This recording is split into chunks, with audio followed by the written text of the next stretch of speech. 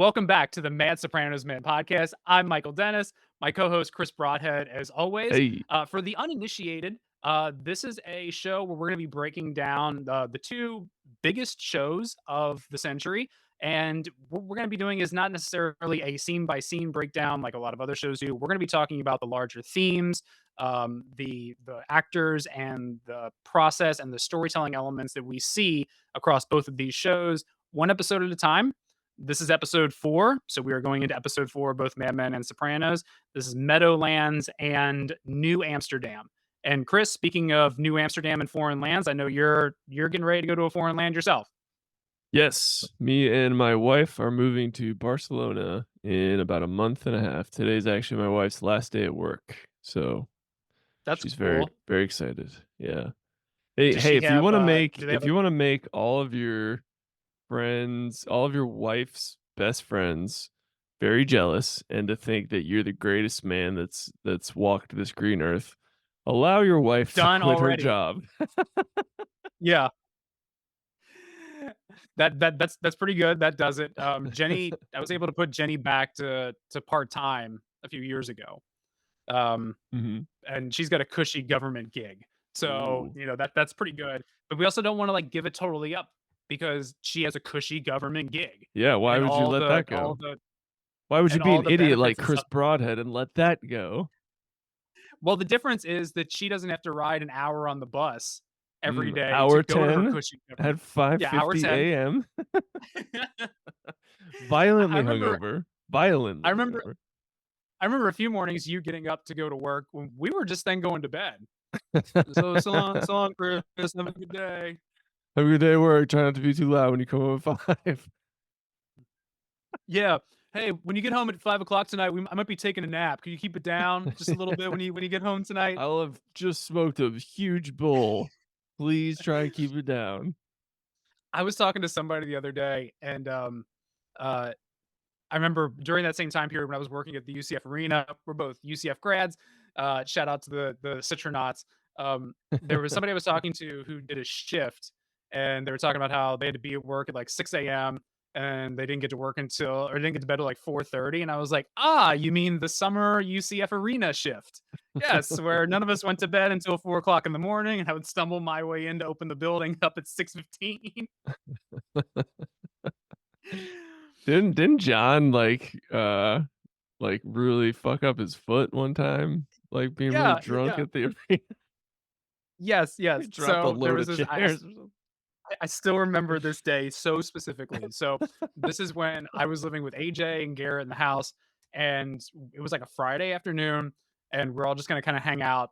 And John comes over, and he is a man on a mission when he walks in the house. And he's like, "This has been the worst week I've ever had. I don't want to do anything. I just want to get drunk and hang out and party and do nothing." So he sits down. He just starts like pounding drinks over the course of like 30 minutes. And then his phone goes off and it's a call from the arena. And they're like, "You're supposed to be here for the setup shift 20 minutes ago." So loaded John, Chris's brother, gets in the car, goes to the arena. And I'm just sitting there laughing hysterically because like this guy's gonna have to like set up a full stage and all these chairs. Like this isn't just like going and hanging out someplace or doing a bunch of nothing during an actual live event. He's got to set up the arena. And I just remember thinking, like, John is about to have the worst, like, 6.5 hours I could possibly imagine being loaded and trying to do this. So he goes off, and at some point during that, like, they put all of the seats that they fill the arena in on the chairs on these long carts. There's like 50 of them on a cart, and they stack the carts. And John was on that, and apparently, like, he's not paying attention, because he's loaded. And that cart just like rolls over his ankle and like twists him up. He shows And he back was up at wearing our sandals house. too, I believe, if Yeah. memory serves. Yes, yes, yes, yes. Loading these Sandals. heavy, He pointy, sharp objects, like lit pallets. literally could not be heavier, literally could not be sharper. I can't imagine I can't think of anything I've ever moved in my life that was as cumbersome, heavy, and borderline dangerous as these things are. So he comes back to he meets back up with us all a few hours later with the end of that shift, just drenched in sweat, just a complete mess, limping. and this and that. And I'm laughing at him, and I'm like, "Why did you even go to that shift?" Because I'm a manager there too, but Yeah. I didn't sign up for it.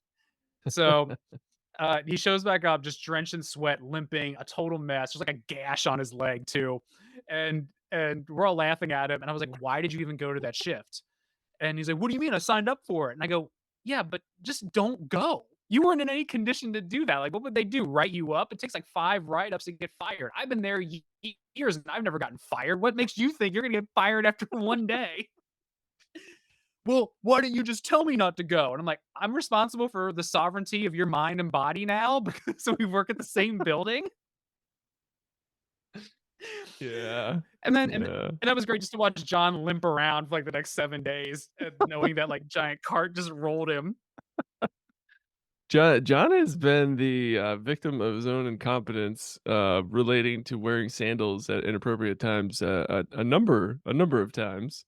I I can think of we were putting together a ping pong table in our, garage, for the house Kayla's court, like, later yeah. college, and, John's wearing sandals, I'm wearing shoes because I know, sharp shit falls off these things when you're building them. I'm like, "John, you should put shoes on." He's like, "Ah, I'm fine." This was a theme throughout our lives. I was like, "John, your breath smells. You should fucking brush your teeth." And he's like, "I'll just chew some gum." Like, "All right." I'll just eat this bowl of sauerkraut. "Oh, I don't get it. Why are these girls so stuck up?" I don't know, John. Well, you're And drunk, you're sweaty, you got a gash on your leg. so we're like, about 90% through, building this, ping pong table, and it's a lot harder when you're as drunk as we are. The directions are a little more confusing, and we don't have the right tools. All we have is this giant wrench It that doesn't just, like, even like fit the knot. fits every bolt. But Yeah. it's I don't know where we got it. We got it from, hurt yourself, tools.com or something. Jagged Corners tool Yeah. company. Cause for absolutely no reason, this, uh, this tool has, like, a razor sharp edge. No reason. There's no like, are you trying to, like, pry off the siding on your house with this? I don't know why it's like that. Well, it's so you can cut the carpet and your own wrist at the same time. It saves time and money. Yeah. So Yeah. so John's like, he's almost got the last bolt on, and he's holding this tool, like, right above he's sitting on a chair and holding the tool right above his feet, and I'm like, "John, that's not gonna work out." He's like, "Shut up, Chris," and it slips out of his hand. And the tool is, like, right side up, falls out of his hand. The sharpest part, I guess, is the heaviest part because it falls first and just falls directly on his big toe and just sticks through his big toenail, and it's just like, "Boom," and it just, like, sticks there. Yeah. Oh my god, I remember hearing about this, but, even before you started on down this path, I'm just picturing in my mind, I can think of, like, 5 or 6 times that, like, John not wearing the appropriate shoes caused him to, like, slip and then either get hurt or get beat up more than he ever should have. Just that one thing, I just see him so like, "What?" Just getting slammed with it's appropriate that we're doing a Sopranos episode and we just did our own Remember When right here. So that was great. Let's go ahead and dive right into, New Amsterdam and Meadowlands. Chris, let me ask you right off the bat, or let me kick off with this. We talk about similarities between the two shows, and the biggest similarity I noticed between the two shows, the two episodes this week, is they were both very boring. Mm. I would this was the slowest episode so far for me, especially the Mad Men. It's really plotting. Don takes a back seat to Pete in the main storyline here. Even though you could argue a lot happens in the Sopranos episode with Jackie Aprile dying and Tony giving the reins over to Uncle Junior. Man, these were a bit of a slog for me. What did you think? Um, yeah, I mean, I have a lot of notes. I was probably, like, too tuned in, like, writing down specifics. But yeah, that I think there not a lot major things happen. I think these are kinda like the setup episodes, like, we're pulling bands back to launch the water balloon right now Mhm. in these Yeah. episodes. Yeah, and Mad Men to me felt like this was the episode where they tried to humanize Pete and give him some backstory, that he's Yeah, not, yeah. to to kinda make you understand where he's coming from, Mhm. and, in an episode well, and let's get back to, topic number 1, on a thing like, what are the A, B, and C plots Mhm. for both of these? And over on Mad Men, I think your A plot is Pete, and, you know, just like Tony, Pete's got 2 families that he's dealing with in this episode. He's dealing with his mom and dad, who are rich and awful, and he's dealing with Trudy's family And also and her poor, we parents, who come are to ri find out later in the series. Yeah, yeah. Yeah, that they just that all they own is, like, the house Dude, like in a like, in a when in a when Pete's dad, and I'm sure we'll get to this, but I have to jump to conclusions. When This is Pete's a dad's like, spoiler-filled podcast. You've had yeah. 15 years to watch everything. When Pete's dad is like, "We gave you your name, we're not giving you shit." I'm like, "Damn, that's raw." But then you come to find out like, oh, he just embezzled it all and lost it and spent it Yeah, trying to look more rich than he is. yeah, yeah, that they're just trying to keep up with appearances and that Yeah. he didn't, this, "Oh, we gave you your name, you don't need anything else." Well, you didn't have anything else. He didn't have anything to give. Yeah, jumping to the end where there's just Pete's mom's left and, her handler Manolo and, Bob Benson. Manolo doesn't like women. Yeah. Oh, and, So uh, Cooper said, Pete's ancestors, like, sold all of the property they yeah, owned during the Great Depression, and it like, yeah. you just connect that, you're like, "Oh, he comes from a family of cowards."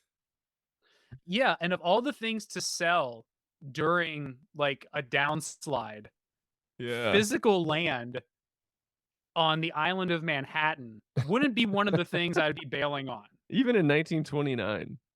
There's plenty of stocks you could sell. Maybe your Model T Ford isn't you can get a couple bucks out of that.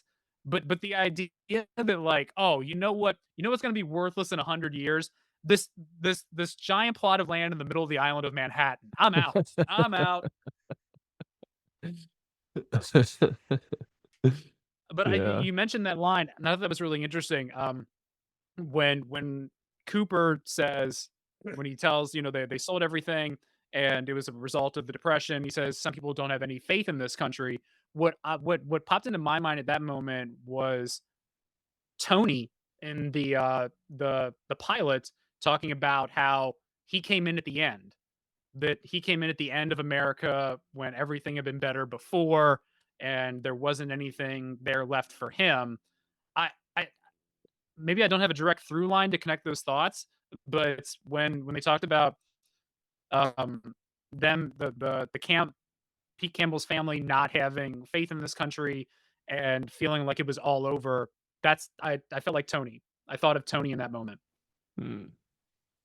Hmm. Yeah, I can see that. But okay, back to A, B, and C plot. We have Pete and his 2 families. Over on The Sopranos, I think our number 1 plot is gonna be Tony and Uncle Junior and the death Mhm. of Jackie Aprile and how Tony handles that. Our B plots um, involve children. We talk about the similarities between these 2 shows. I want to talk about the lost boys of both of these episodes. Over on Mad Men, we have Glenn. We are introduced to the neighbor Glenn Campbell, our little Mhm. lost boy. And then right over on The Sopranos, our B plot over there is going to be AJ and kind of coming to Mhm. terms and understanding um, who his dad is, and his sister kind of educating him because he Mm. goes through that whole entire process where he's fighting his classmate Mhm. and everything that comes from that, and the Two dad two running into bad Tony and being acting, young fat boys. yeah, yeah, yeah, and they look very similar too. They do. They really We should put up do. like a side by side right here. Like they both have the same hair. They have They like the both have, same like like, doughy chubby little cheeks. yeah, yeah, Yeah. yeah. They both went to the same It, acting school? mhm. I think that's Matt Weiner's son. It is, yeah. Yeah, which would explain why he's in that show. But I think it adds to it. I he's bad at acting, but I think it adds to his creepiness Yeah. or just the unsettling nature of Glenn. Yeah, he would be good in a horror movie. He plays out he's like a young, Yeah. what's the guy's name from Psycho? Oh, I know yeah, the actor, Gregory Peck. I not Gregory Pick, I can't think of it, but I know exactly who you're talking about. Yeah, like, if you were casting a horror movie or a slasher pick, and the family Or a car school breaks down. shooter. Yeah, and the family car breaks down, they go to the abandoned hotel, like, he's the boy working the counter that you don't expect to see when you walk in. It's like, Yeah. "Hi, welcome to the hotel. Can I Like, watch you go potty?" almost like, an extension of the kid from The Big Lebowski who they think stole the money. Yeah, yeah. Who doesn't say anything. Yeah. Yeah, um but that was a big similarity with me. We have 2 Yeah. lost boys in Mhm. this episode as our B plots, and I could argue Pete is a lost boy too, um, and just everything that he has because he's a guy who comes from money, but there's no money. He's trying to find his way. He even gives that speech to Don, about halfway through about how he gets, how he's talking about how smart he is, and I had this idea, and I had this idea. But then at the very end of it, he's like, "Then I started working here, and you all told me that I was good with people, and no one's ever told me that." So he's our lost boy too. He doesn't have a place either, and he's still trying to Yeah. figure that out. His place isn't at home with his Yeah. parents. He doesn't feel completely secure in the place with Trudy. This is the first time we see Allison Brie too. Correct? I don't remember seeing her before. Yeah, I think so. Yeah. And, I do have to say, like, hats off to the writers for Mad Men. I'll be taking a lot of hats off for the writers of both of these shows, but specifically Mad Men in this episode because they make Pete Ca Paul Campbell Paul so Paul Campbell incredibly Draper. no, that Paul's what, Roger calls him. Yeah, Uh, yeah, they make him so incredibly unlikable and unrelatable and just like a smarmy prick. You're like, God, I fucking hate that guy. I want all the bad things to happen to him. yeah. And just they make you love this character. Like you love him by the end. He's still a prick, but Yeah. you're like, he's our prick. This okay, this reminds me of something because I remember when you're sitting down to watch. I mean, when I first sat down and watched season 1 of The Sopranos. Oh, by the way, you mentioned last week that, you're having issues with your Blu-ray. Well, my HBO Max wasn't working, and I kept getting these error messages every time I put it on, so I had to dust off my original Ooh. 1st edition, DVD set. You got like 2 years left on that thing before the plastic eating bacteria takes it out. Well, the because it comes in this case, like, Yeah. and you open it up and then the DVDs come out. The case here, my version of this for season 2 broke from overuse over the years and just like fell apart in my hands. But That's a I fan I right remember there. I remember watching both of them and thinking about how in season 1 of The Sopranos, I I didn't think Uncle Junior was ever gonna make it out of season 1, much less Mhm. to the very end of the show, and to outlast Just physically, just the actor, just just him. Yes, yes. I didn't think he would there's no way he was gonna make it to the end of the show. And then, like, 5 or 6 episodes into Mad Men, I was like, especially this one, like, "Good, they're gonna fire Pete, he's done, he's outta here, he'll never see the end of this show." "Hey, honey." My daughter's gonna make a cameo here, the other one. Tag teaming. Yeah, hi, Hello. demon. Hey, she woke me up 6 times between midnight and 2 AM last night. Oh, that's fun. What were the Yeah. occasions? Uh, she just got a new bed and is just now figuring out that she can leave bed Oh, and it's a come giant bother dad. clown, right? It's a Yeah, she sleeps I she laughs herself to sleep. yeah, she laughs herself to sleep every single night. Why am I talking? I'm talking to my buddy Yeah, Chris. We're why talking are about you talking? It's a great Michael? question. That's the eternal question that everyone's been asking for 39 years, that I never thought Pete would make it to the end of the show either, and I can Yeah. remember being at specific moments in both series at this He was point too being like, perfectly cast for me. I'm I like, I know, but also I'm just yeah, like, "He's done, he's outta here. Junior's gone, he's outta here." Clearly, yeah. I couldn't be any more wrong on both of those, I mean, but I would I make think the case for Junior as well, like, so perfectly cast as, like, an inept older mob boss. yeah, yeah. Yeah. I know I mentioned this before about how much my dad looks like Tony or did look like Tony. Mhm. His dad looked like Uncle Junior. They were the spitting image, Oh, both of wow. them, Yeah. and on top of that, right when season 3 of Sopranos aired, and there's an entire plot about, Uncle Junior having cancer, colon cancer, Peppa had the same exact thing, like, at the same exact time, and went through the same thing. So, talk about art imitating life. Both of the patriarchs in my life looked like Tony and Uncle June at the exact time the show was coming out, and I'm really into it. And I remember telling my cousin this. I'm like, Do you realize that we have family members look just like this?" And she was just like, "Oh my god, you're right. This is so it's not just in my brain. Like, I'm not just a crazy person." Yeah. So did It was really Life odd. plagiarize The Sopranos, or did Sopranos pre-plagiarize your life? Yeah, exactly. What is novelty? What is synchronicity in the universe? What is the nature of coincidence? Mm. I don't know. I don't know. Yeah. You're a Um, detective now, Mike. You're not supposed to see coincidences. I don't. Except all you and I do is have a podcast where we talk about these 2 shows and the coincidences between them. That's because we're detectives, damn it. Exactly, yeah, yeah. Odd similarities in this episode, another thing I wanna talk about, the titles themselves. On The Sopranos, we have the Meadowlands, and on Mad Men, we have New Amsterdam.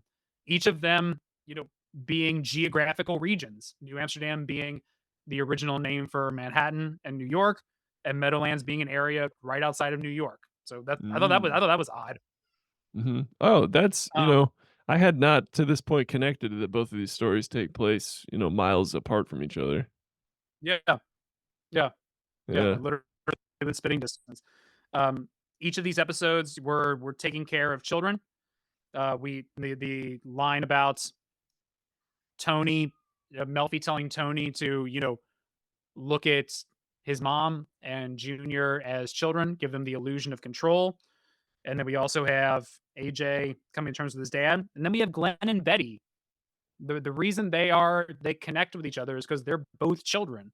They're Mm. both They're broken, both lost children. confused. Yeah. Broken lost Yeah, children. Yeah. yeah. So that was really interesting to me.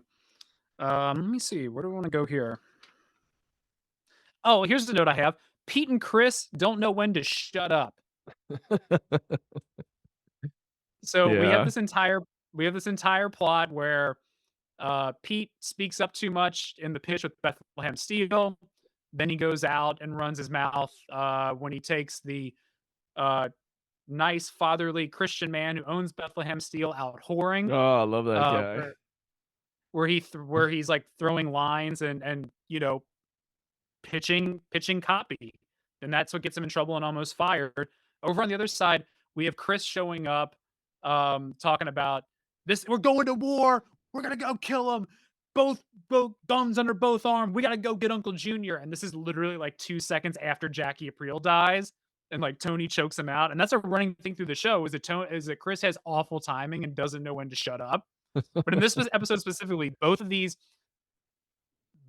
secondary male characters to the lead just can't shut up in this episode, Yeah. and it Yeah. constantly gets them in trouble.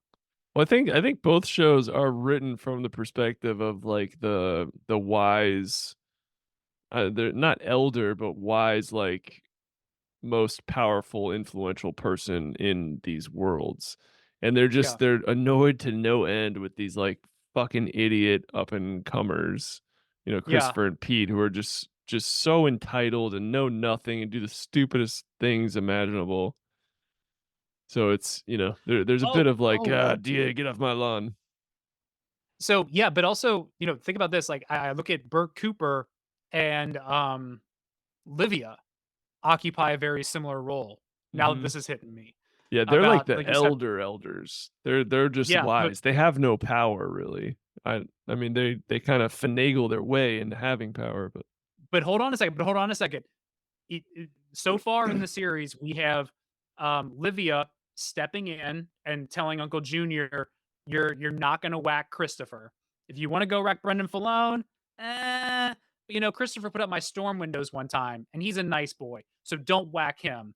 And then you have Burt Cooper in this same episode saving Pete from getting fired because of who his family is. Mhm. Right. That just hit me. Yeah, Yeah. Yeah, I mean, they seem to be pulling let me rephrase. They both of them pull the strings and ultimately make the decisions, but they don't have any actual power. Don and Tony are, like, physically, you know, they're financially, those influentially 2 are more in powerful. it. Yeah, Yeah. yeah, they're more in it They're in the day to day. yeah, but Bert and Livy are actually, calling the shots. So, Yeah, yeah, yeah. yeah. Let me see here. What did I have? I had a note that, when Pete's mom says that's no job for a white man, I was like, Pete's dad drops "Oh, that. Pete's dad said that." Yeah. Yeah. My parents have never said that to me, but, just They haven't? parents not understanding what their kids do seems to be a relatable theme throughout Yeah, history. Just like, "I don't know very what the fuck you relatable. do." Yeah, yeah, yeah. Something with I don't computers. I don't even think my wife knows what I do. My wife Like, definitely doesn't know what I do. I know, yeah. I try to explain it, but and in her defense, I don't think she really cares. I don't blame her either. If But she did, she would probably use my credit card less, I imagine, because she's like, "Oh, yeah, fuck, that doesn't make any yeah, sense. How does that get you paid?" yeah, yeah, I know. Um, no, that's a really good point. That's a really good point. Yeah. Um, I noticed today also. Oh, I had a note here about um, talk about sign of the times, like things in each episode that really kind of drive home where and when these shows take place. And for me, it's like when I see AJ wearing like a Slipknot t-shirt, like when he's wearing a Slipknot shirt, or in this episode, he's wearing like a Marilyn Manson t-shirt, and then like, oh Yeah. man, that just stamps that date and time of when this was made. And on Mad Men's side, there were two instances that I had written down that really drive home the time period. Number one, the account guys were listening to the Bob Newhart record in Mhm. Pete's office a couple times. But then also I have written down here Pete's dad's super casual racism. Yeah. The other thing that I thought was interesting, one of my favorite lines in Mad Men takes place in this episode, Oh, I and think it's I know what because you're about to say. Yeah. okay, because it's so mind blowing. I can't imagine a scenario where this would happen to me, Mm. and also if it did happen, I would be thrilled, but also worried I was about to get murdered. Is it when Dog When comes home? Yes, yes, when Don comes home and Betty and her friend are sitting on the couch, and Don just walks in, he's like, "Hello," and goes upstairs, and Betty, with complete reverence, just goes, "He needs complete quiet for a little while when he gets home. He works so hard." I can't even imagine a world where that would exist, where I that kind feel of like deference. That's it. she's just nice to me. What do you want me to do to you? Can you just wear the heels and fix me spaghetti? That'd be great. Yeah. No, that line still to this day blows me away. And Yeah. whenever I can't get an ounce of space to work on something in modern life, I think about that line. Mm. Think about that line. Yeah, I had that So, marked as well. yeah, yeah. And just with complete reverence too, and she means it. And whew. Um, oh yeah, a couple other pop culture references in Mad Men. We have Bye Bye Birdie, which comes back and plays a role later, Mhm. and with the neighbor girl stuffing the ballot boxes for Kennedy, which I thought was interesting. Mhm. Um, but what anything else stand out to you in these two dull AF episodes? Yeah. Um, not a ton of more I couldn't find any more similarities to what you found, but I have a lot of fun notes that I wanna talk about. Yeah, yeah, Um, I was so just, like, taken aback with Don complimenting Trudy on Pete, like, Don fucking hates Pete and is, like, going to fire him later in the episode or try and fire him, and he's like, "Yep, yep, Trudy, this place fall apart without Pete." yeah, I was just like, yeah, "Wow, what a fucking master." yeah. He never loses in front of others, and Yeah. he just always plays the role. And I love how right at the end of that scene, you can tell Trudy is just blown away by Don's presence and his look and just everything, and she's just like, that's not what I expected him to look like. What a nice man." And you can just see on Pete's face like, "That handsome piece of shit. I Dude, the gotta and keep him away from my wife." that's actually one of the parts of Mad Men that I think is a bit of a flaw, is that Don is just too handsome. Like, Yeah, it's not it takes me out of the show to some extent. I'm just like, "Oh, fuck, that's just central casting." He's, like, perfectly he just looks perfect, like, no one who looks yeah, like that says what he says. So yeah. that's one part of Mad Men that I do take, Should it have been Paul some issue Giamatti? with. Yes. Yeah. Obviously, that would've fixed the issue. So my little girls love, Disney movies and stuff, and I could go off for an hour and a half on Beauty and the Beast. But the thing I love about the end of Beauty and the Beast is when like the Beast turns back to normal, and then Belle finds out, oh, he's not, he's not this horrible monster. He's a normal guy, and he's really hot. Wow, lucky me. Wow, you got lucky. And there should be a version where Beast turns back human, and he's like Paul Giamatti, or he looks like Don Vito from Bam Margera. And Or then Danny Belle just DeVito. yeah, and then Belle is just like, "Eh, can we just, like, be friends and I can hang out in your castle sometimes?" And just totally just friend zones him immediately after Suddenly that. the ugliest man in Glasgow. Yeah, Was it yeah, good enough for you? yeah, it's like, "I liked you better when you were the big scary monster. Now you're just a gross dude. Ew." Yeah. Well, it's good to see you, Willie. That's not what you said the first time. Yeah, yeah, exactly. Yeah, or, Beast turns back into, Danny DeVito, just this sweaty small little guy, and then Belle is just like, "Hey, where did Gaston go? Get Is he dead? Is it still too late for me to be with the handsome guy who's the good hunter who Yeah. protects everyone in the town, who correctly identified this guy was a monster? Can I go back with him?" Yeah. I'm sure there's some horrifying, you know, inspiration for Beauty and the Beast where, that he didn't turn into even a human and just stayed a beast, and it's like, "Oh, alright." Well, I remember reading, that wow, I haven't thought about this in a long time, but I remember hearing that ending influenced the ending of Shrek. Mm, That the ending of the first Shrek movie when the princess Fiona or whatever turns back into a Shrek monster, mhm. that the producers of that movie didn't like the message of the end of Beauty and the Beast, where he just went back to being handsome, Oh. Oh, that's and good. they That makes me like and Shrek then more. Yeah. and then the end of Shrek, they made them just both monsters. Yeah. But if you're Shrek, wouldn't you be like, "Hey, I signed up for the blonde.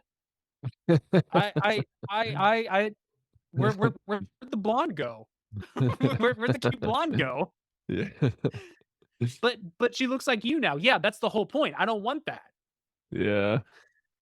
Yeah. I want, once, AI, in 2 months when AI can do everything, It's the singularity. I want them to remake Shrek with, Chris Farley's voice. Oh, yeah, yeah. Yeah, he It was dude, supposed to be him, there's right? lines. Yeah, you can go on YouTube and watch, like, his recorded lines. He got, like, half of the movie done or Whoa. something. No Yeah. kidding, I did not know that. Yeah, they threw Mike Myers in there, like, last minute. I did not know that. Yeah. I knew he was originally cast, but I didn't know they did any work on it. Yeah, yeah. Whoa, that's awesome. That's really cool. Yeah. Now I wait, have how a I have a Oh, go ahead. No, I was about to say, how different would the last, I don't know, 15 years of comedy look with Chris Farley Mhm. and to I play I stuff like would that. argue, and I'm a huge Chris Farley fan, um, every movie he did after Tommy Boy was half as good as Tommy Boy. Black Sheep Yeah. was half as good as Tommy Boy. Almost Heroes was half as good as Black Sheep. It like this sounds horrible, but I Rest think in peace, Chandler. I think that, I don't know, it would've just gone the maybe he probably would've stayed popular, but it would've gone the way of Adam Sandler, like, where the movies are just like, Yeah. "Who the fuck watches these?" Or Eddie Murphy, where he's just in, like, Yeah. Daddy Daycare 5. Yeah, or Simpsons, after season 11. Yeah, yeah, I don't know if he knew that or but I don't think there was a lot of great art that was to your missed. I point. mean, Yeah, perhaps someone would have found him, like, Paul yeah. Thomas Anderson maybe would have done a movie with him or something. If he had his own Uncut Gems or Punch Drunk Love, Yeah, yeah, but so if we you were remove definitely robbed of an A24 movie with Chris Farley in it. The oh, Wrestler starring Chris Farley. I was gonna say Chris Farley is the dad in The Witch. Yeah. "It's ye sin, Thomason! Oh my god!" That'd have been great. Yeah, Yeah, but aside from those 2 Adam Sandler movies, if he just fell off a cliff in 2002 would and died on impact, like, yeah, I eh. mean, Punch Drunk Love, Uncut Gems, I love those movies. Billy Madison, Happy Gilmore, like, if he didn't make any movies after those movies, I'm not sure, like, what I would be sad about besides, Yeah, the auteur-driven movies he was in. yeah, yeah. Like, Big Daddy was Chris, but, okay, I guess. dude, you wouldn't have, Click, Mm, mhm. so checkmate, dude. Checkmate on that. You got me. You got me. Grown Ups Who 2? who would have produced Grandma's Boy if Adam Sandler wasn't alive? So, That's a good point. My next note, could Salvatore be any less straight? oh, yeah, yeah, uh, you know, Salvatore when I think of Salvatore, I think of, a line I heard one time, and I forget who said it, but they were talking about, performers in today's day and age, and about how more welcoming and open we are as a society to gay performers. Okay. Mhm. Not like we were in the past where we were evil and bigoted and everything. You know, back when there was that band named Queen with that guy as the lead singer, and that was the biggest band in the entire world, but nobody knew he was gay. How could you, just like Sal, how could you ever have predicted? Like there's no it borders on stereotype at times. Yeah, yeah. It Yeah. was, I I I distracting. I my favorite part of Sal in this episode is when they bring in the Bethlehem Steel guy and they're doing the pitch, Mhm. and the guy is not too big on the art, and Don's just like, "We agreed on the overall thing, but we could throw this art out and get new art right away." And he just goes, like, right in that moment, just this pithy little I just love that. I think, I'll defend Mad Men here. I think back then, like, no one really knew what gay was, so when Yeah, someone is blatantly, like, gay as Sal is, like, we're more familiar with that. We're like, "Oh, I had a class with that guy." yeah. Like, they're just like, "I don't know, he's, like, fancy in particular. He likes Broadway." He's a notorious bachelor. He lives alone. He's yet to find a lady of his own that he really loves. He's always dressed to the nines. Yeah, him and the boys go out. Smithers, lock up your daughter, or fathers, lock up your daughters. Smithers is on the town. Yeah, so I think, that probably was, like, historically accurate, like, him just Yeah, being as blatantly, sassy. yeah. Spoiler alert again. I love when we get later on and when Joan knows it instantly when he kisses her in a few episodes. Mhm. They put on that play in the office, and in the play, like, he has to kiss her, and as soon as he kisses her, like, she's like, "He didn't like that at all." Well, I mean, Joan is so sensitive to that stuff because that's, that's her biggest, power. She's like, "I have this power Yeah, over men," and her like, "What the biggest fuck, this power. guy?" Her biggest Yeah, powers. yeah, She's like, "What the yeah, fuck? What is this guy?" Yeah, dude, yeah, when they have the client in the boardroom and they're pitching him and he's like, "Nope, just reading the Psalms while I'm out in New York from my boring ass hometown." You're like, "Dude, this yeah, guy is like hitting every every brothel from yeah, here to or Jersey." or at the very least, he got blackout drunk. Like, that Yeah, he assuming just he didn't go assuming he didn't go whoring, then he just got blackout drunk somewhere, yeah, yeah. you know? It's just like whenever, it really leans into that trope, like, oh, someone's like beating on the Bible, like, whoa, look out for this person. Like they're trying Yeah, to like shield you from yeah, seeing something. yeah, there's something else going on here. Anybody who's hitting that hard. Um, Yeah. I we haven't gotten that many, like, really here's what's interesting, we're a few episodes into Mad Men, and aside from the Lucky Strike pitch in the beginning, and we have this Bethlehem Seal here today in episode 4, we really haven't gotten the big Don Draper pitch yet. You Mhm. know, that is it becomes so famous. We haven't gotten that yet, which is interesting for Mm. something that is so synonymous with the character and with the show. We haven't got it yet. Yeah, yeah, yeah. We've You gotten know, just a well, bunch of jabs, not like yeah, a right hook. yeah, we haven't gotten the wheel. We haven't gotten the hammer really lay down on us. Mhm. Um, but yeah, Right. what else you got, man? What'd you think of Roger's line at the end? "We drink because it's what men do." I had another note here about Roger's monologue about loving to drink. Yeah. And what a fun monologue. Like, if you handed me that script, here's your script for this week, Michael. Oh, cool. I get a monologue. Oh, it's about how much I love to drink. Awesome. Yeah. I don't know anything about, theater, um, but there's some playwright that I can't think of his name that I feel like this is pulled directly from. Yeah. I'll think of it. It's drunken McActor man. Did you see Birdman? Yes. Yeah. Edward Norton talks about this writer. He's like, "He left a piece of his liver on every page." I don't know, I can't think of Hemingway. it. No. Those No, are I I those are I I my I love that. Well, Roger said a couple of great ones because he's got this monologue here about drinking is what men do.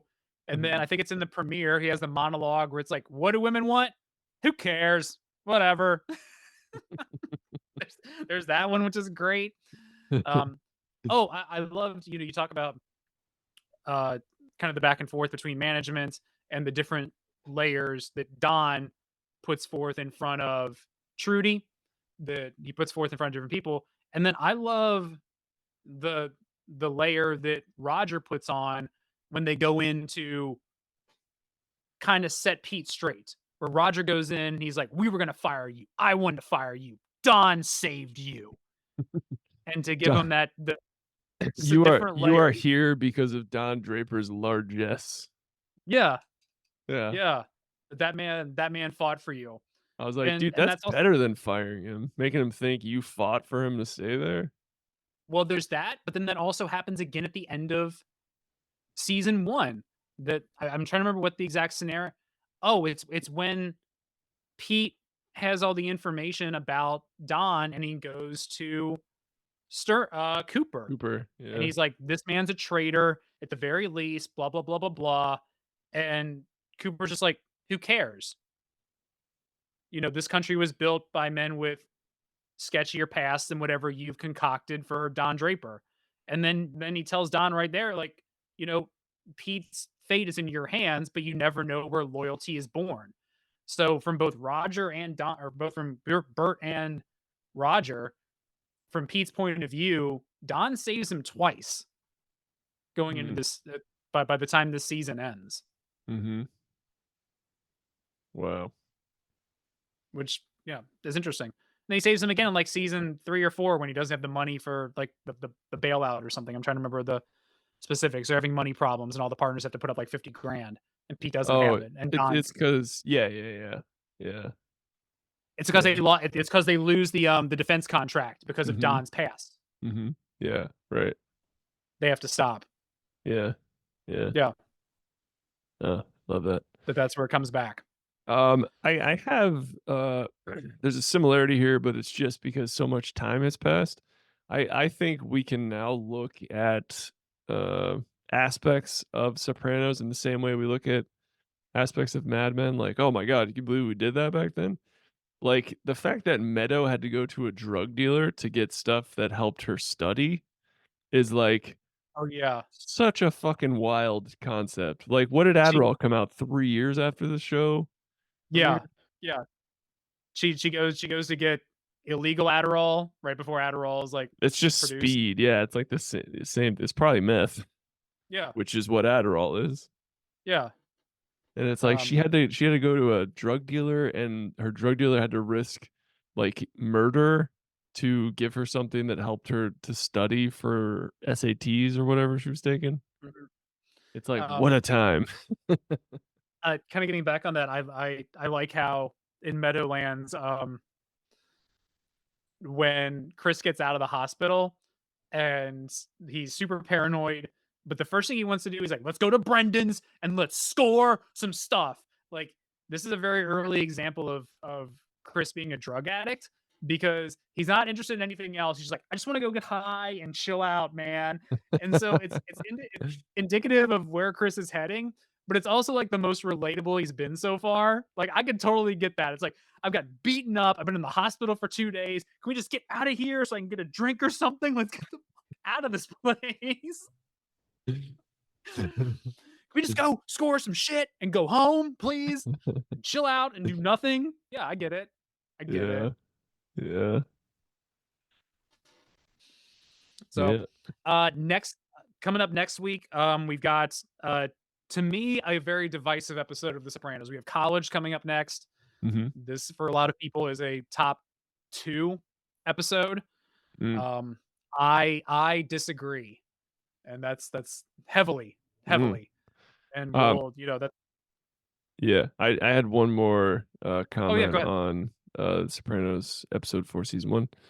Um, this to my knowledge, this is the first time Melfi, actually helps Tony to Oh yeah, strategize and play something better.